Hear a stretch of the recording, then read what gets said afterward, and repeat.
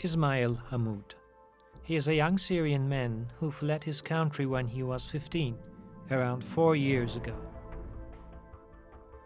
After a perilous journey through Europe and a 13-month-long unintended stay in France's Calais refugee camp, which is better remembered as the jungle, Ismail became the first Syrian child refugee who came to the UK in 2016. It took him a mere 1.5 years to reach the UK soil from his devastated city of Aleppo, but he is one of the few lucky Syrian children who actually managed to reach the UK. Witnessed the destruction of my city Aleppo, and that what caused me to decide to leave the city. To be a young guy in Aleppo, it was a very dangerous thing to do. The British government has allowed around 15,000 mostly orphaned children refugees after a pledge in 2014 by the then Prime Minister David Cameron. I left Syria in 2015 in May.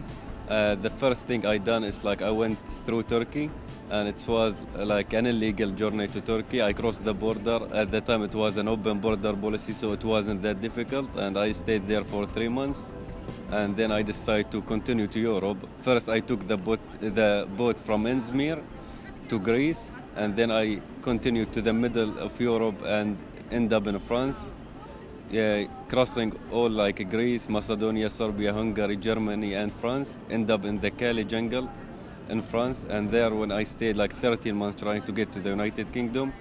Ismail was only able to come to the UK after a scheme known as the Dubs scheme.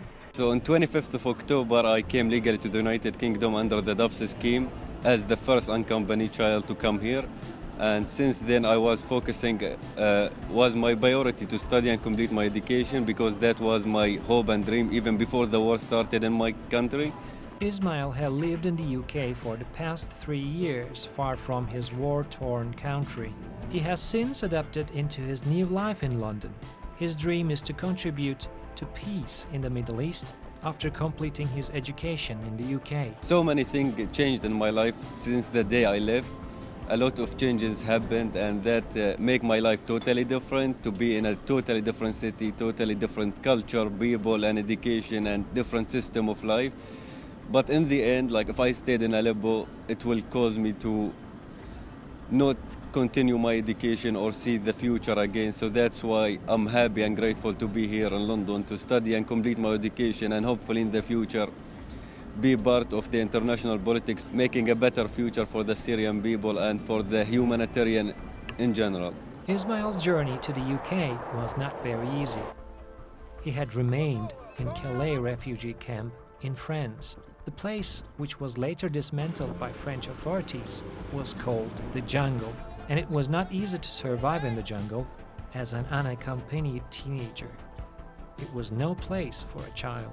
I struggled so much in the camp of jungle in France, because that place really awful, and no words can describe that place, because it's have lack of anything food, energy, it's have nothing there. All people there live in tents, and it's this place could be for anything but not for people to live there. Even animal couldn't be treated that way. Now living in London and studying political sciences, Ismail thinks Turkey is doing a lot for his country.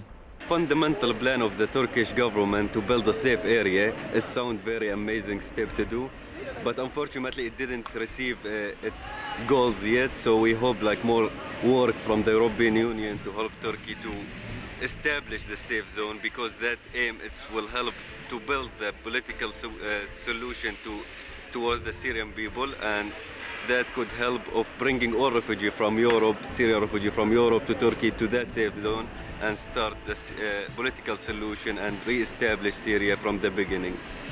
Ismail is not the first and will not be the last Syrian child who had to flee their country due to the brutal and merciless civil war. Many more Syrian children remain in refugee camps in the neighboring countries and in Europe. Syria is still in turmoil, and it would need years to establish peace and stability in the country again.